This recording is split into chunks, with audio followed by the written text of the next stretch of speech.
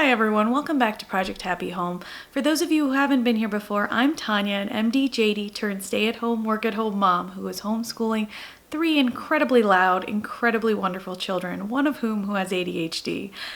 Today I'm going to show you our homeschool room, so I hope you will stick around for it.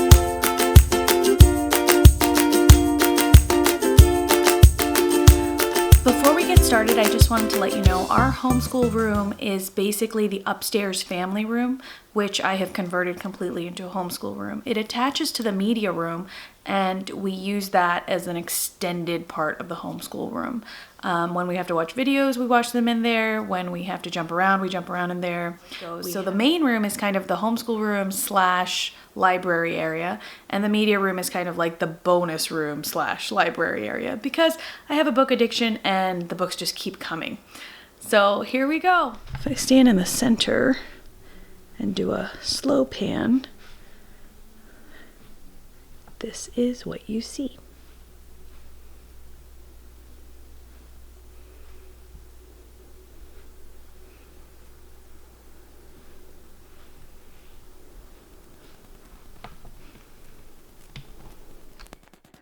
When you enter the homeschool room, this is basically what you see. You see our accountable kids chore task cards up on this wall, and a bulletin board that's pretty low to the ground so that even the baby can use it. I keep a marker or 2 in that little magnetic pencil box thing that I got from Daiso, and there's a magnetic eraser up there also. Above the accountable kids is this canvas artwork of playroom rules, and I just love it because I really appreciate that it has things about imagination and playing fair and smiling and singing silly songs, and it just fit very much in line with our values. This is my old desk from our old house, and I just put it up here. It's a fold-out desk, and I like it because it's a fairly small footprint. There's the Ikea dartboard that we use to pick topics when I'm leaving it up to the kids. Inside the shelves, I keep their individualized curriculum, and it's color-coded. If you can see, the ones that are over here and green are for Gabriel this year. The ones that are down here are for Nyla, and they are labeled in pink. There's some other things that we use, like our timeline cards on that second shelf to the right, and an animal fact file.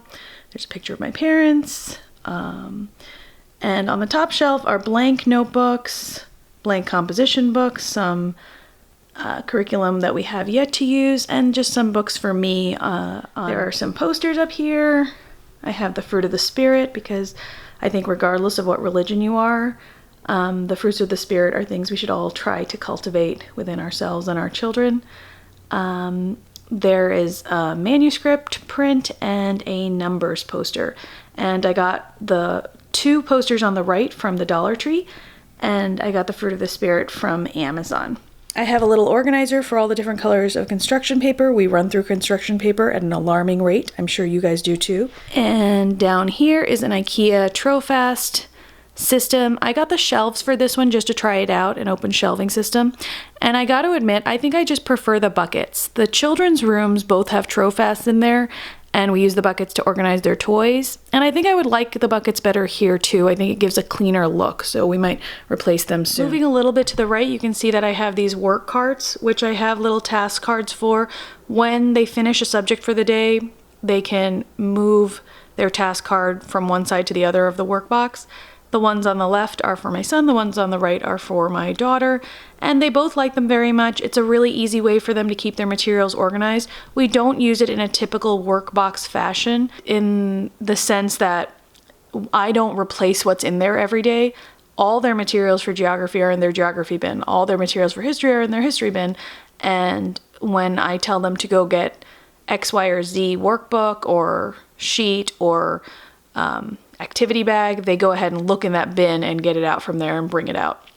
And this way they know how to put it back to all by themselves, which I appreciate. At the top of this, there are some bins that I picked up from Target, and I keep things that I don't want them to access without my permission up there. For example, the illustrated dictionary, some work cards, the All About Reading cards. Backing up again, just to give you a full view of the room, we have a couch in the center, a little play table with 3 chairs, a little ottoman that has seen many, many jumps and has somehow still not burst, and we have a wall of Ikea bookshelves that curve around.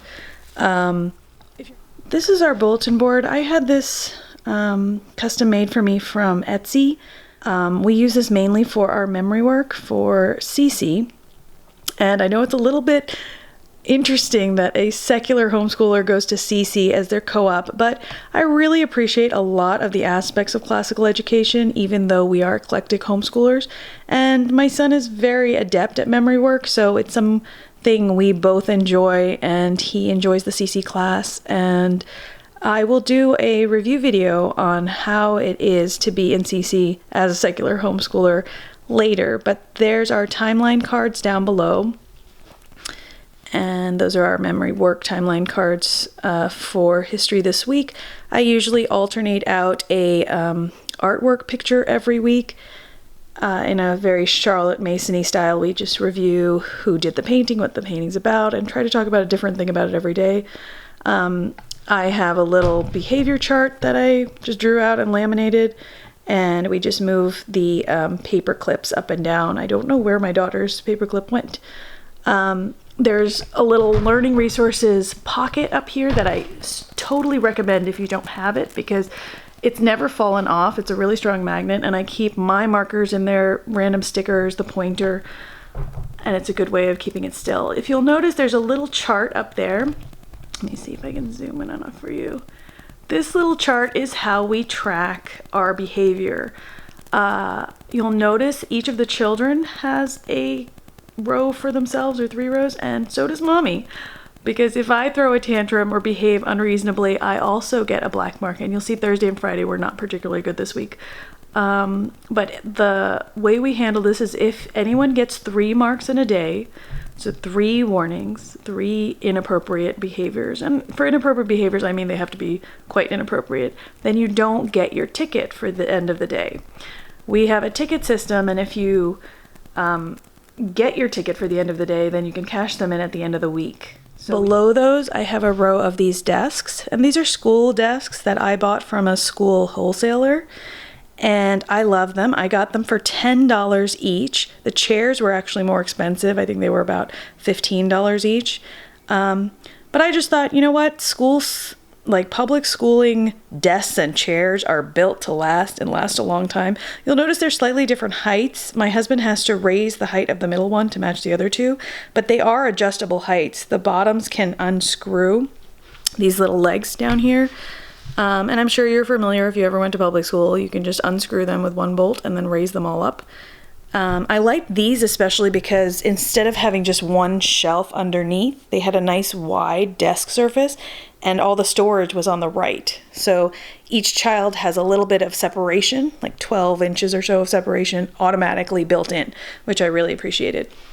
The bins, the 1, 2, 3 bins down here are from Ikea, and they're incredibly cheap. We have a little wicker wastebasket down here that's lightweight, and we just move it around the room as we need it wherever we're doing activities. The kids keep all their pencil boxes and little supplies, and then they keep their composition notebooks in there too, like for copy work and things like that. This sticker, if you'll notice, is a little laminated illustration that my son did, and it stands for Stop, Take Time to Think, and we have them scattered all about the house, and it just reminds him to do exactly that, to take a moment to think, have I done everything I was supposed to do here in this room, in this area? Here at his desk, it helps him to stay calm during work time, and it also helps him to remember to clean up his materials when he's done. There's a printer in here, there's a microwave if we ever make popcorn for movie night, there's my laminator, there's a bin of things I have to organize. Right here to the side here is the door to the media room, but also a multiplication poster that I picked up from the Dollar Tree, as well as a, I don't know what you would call it, a display board that has tiny little clips, so you can clip on the artwork, and I picked this up from a random store, but I have seen similar items at Kirkland's, so you might want to check it there. I really like it because you don't have to use pins, there's nothing falling on the floor, and it holds quite a bit. And when there aren't things on there, it doesn't really take up any kind of ugly wall space there. And here are my beautiful bookshelves from Ikea. These are the Billy bookshelves. We have a lot of adult, fiction and stuff on the top, as well as nonfiction and resource material and old college books on the very top shelf. And I have it organized by literature categories, but that's for another video. And on the bottom two shelves are mainly children's books. There's a standing globe that I bought from a thrift store for, I think, $3 or $4. It's a little bit wobbly and a little bit beat up, but we love it. Even the preschooler just likes to give it a good spin. The earth spins on its axis and the entire thing spins as well. So it's nice and fun, and it's got a little bit of texture to it. We have a couple of baskets here. These baskets, the little one is usually out, and that's the books that we are reading currently. The bigger one I use as my library return card. So I try to have the kids put books back in there so that I can file them away in the appropriate spot. This basket just has some blankets and art smocks in it. And as you go around, you'll see that I have these IKEA magazine files running all the way across on the bottom. And those just hold topical areas that we don't do all the time. For example, weather, or dinosaurs, or the human body, or English resources that are kind of like games or something that we might play. So not like grade level materials, but others. And I've labeled them on the bottom. I haven't labeled all of them, but I don't know if you can see here, but some of them do have labels that I made with my label maker. Let's see if I can zoom out a little bit. On the top shelves of these bookshelves, I have my Childcraft. There's a more stable, steady globe up here. This little cute flower pot that I got from the Target dollar spot. And I have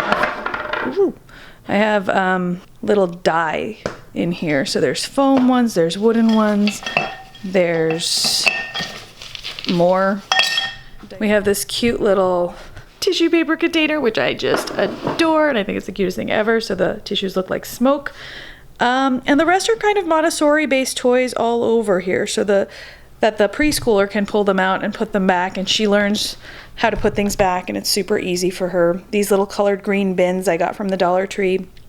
And a lot of the things are Melissa and Doug toys. I keep a little basket up here. This is, I think, a really essential thing for any homeschool room or any mom. It's the missing pieces box. So anything that I find throughout the day that belongs to another game or something, I put in there.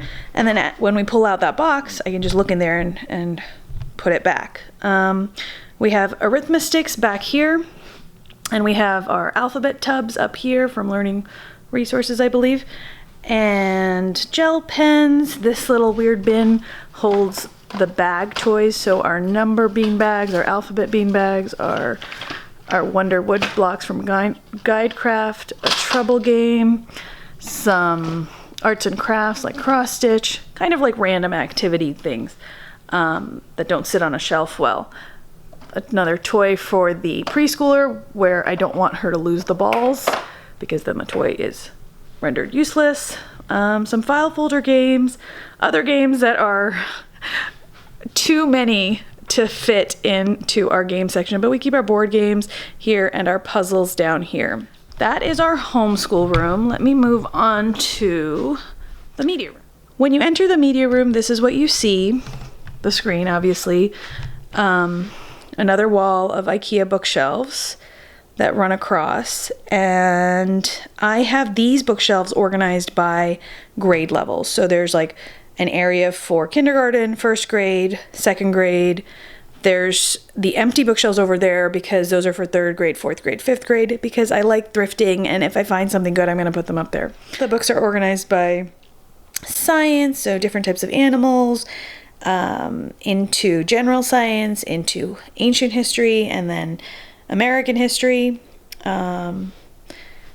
have an Ikea Art Easel here, which has a chalkboard on one side and then the paper obviously on the other, and we just pull that out when we need it.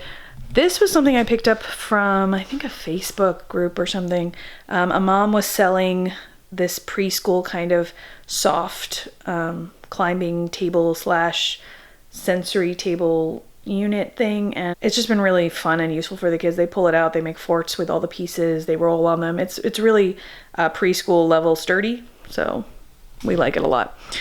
It also transforms into a slide. But here's our trampoline that, if you watched my video with my husband, he is not so fond of. We pull this into the schoolroom sometimes because, you know, we just like to jump on it. So they jump on it, get their wiggles out. Sometimes they jump on it when they're watching videos.